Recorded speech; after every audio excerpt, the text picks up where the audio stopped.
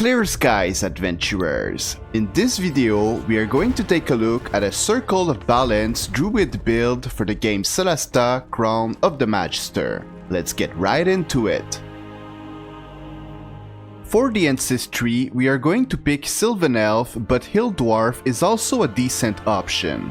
Sylvan Elves get +2 to Dexterity, +1 to Wisdom. They have more movement speed than the other ancestries, and they are proficient with the skills Perception, Athletics, and Survival.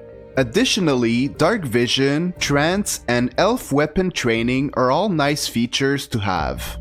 For the background, I suggest taking Low Life mainly because it gives proficiency in the skill Stealth. It will also make us proficient with the skills Sleight of Hand, Deception, and with the Thieves' Tools. For the ability scores, we are going to use the point buy system. We are going to raise our strength to 10, our dexterity to 16, our constitution to 14, our intelligence to 10, and our wisdom to 16. One of the most important skill proficiency for the Circle of Balance Druid is Survival because it synergizes well with the level 6 feature Survival of the Wisest. At the end of each battle, you will make a survival check for each different creature you faced. If you are successful, your knowledge about those creatures will increase, augmenting your spell DC and spell attack modifier against them. Sylvan Elves are automatically proficient with the skill Survival, so I suggest taking Arcana to be able to craft potions, scrolls, and magic items, and either Nature or Medicine to be able to craft poisons. At level 4, we are going to take the bonus feat Flawless Concentration.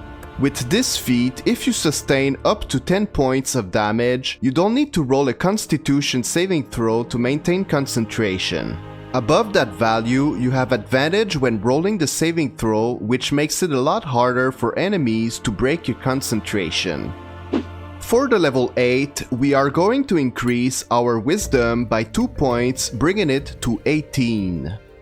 At level 12, we are going to increase our Wisdom by another 2 points, bringing it to 20. For the level 16, we are going to increase our Dexterity by 2 points to get +1 AC when wearing leather armor. It will also give us +1 to our Dexterity saving throw, +1 to our Dexterity skills, and +1 to our Initiative. I will now go over some of the most useful Druid spells by spell levels. For the Cantrips, I recommend Annoying Bee, Guidance, Shillelagh, and Venomous Spike. For the level 1 spells, I recommend Entangle, Goodberry, Healing Word, and Long Strider. For the level 2 spells, I recommend Calm Emotions, Hold Person, Moonbeam, Pass Without Trace, and Spike Growth. For the level 3 spells, I recommend Call Lightning, Conjure Animal, Mass Healing Word, and Wind Wall.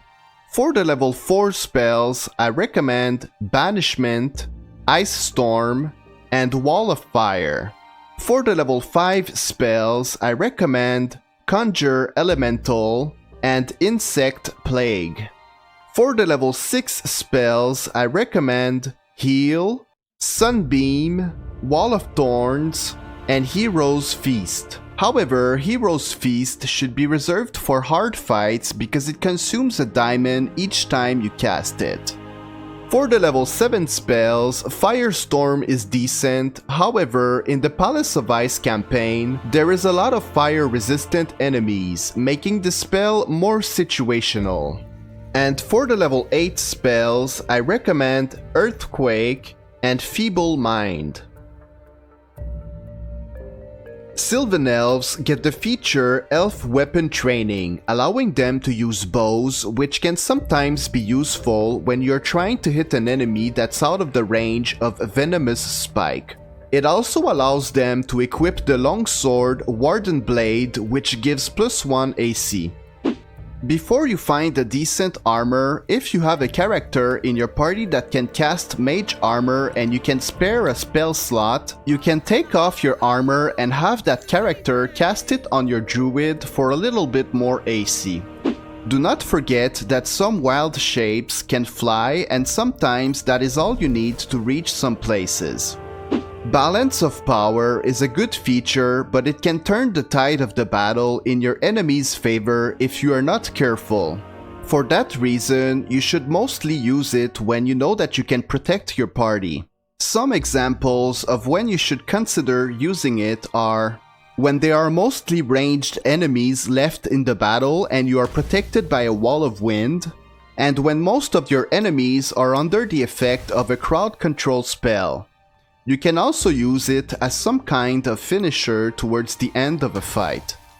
That's it for this video. Stay in the light, friends.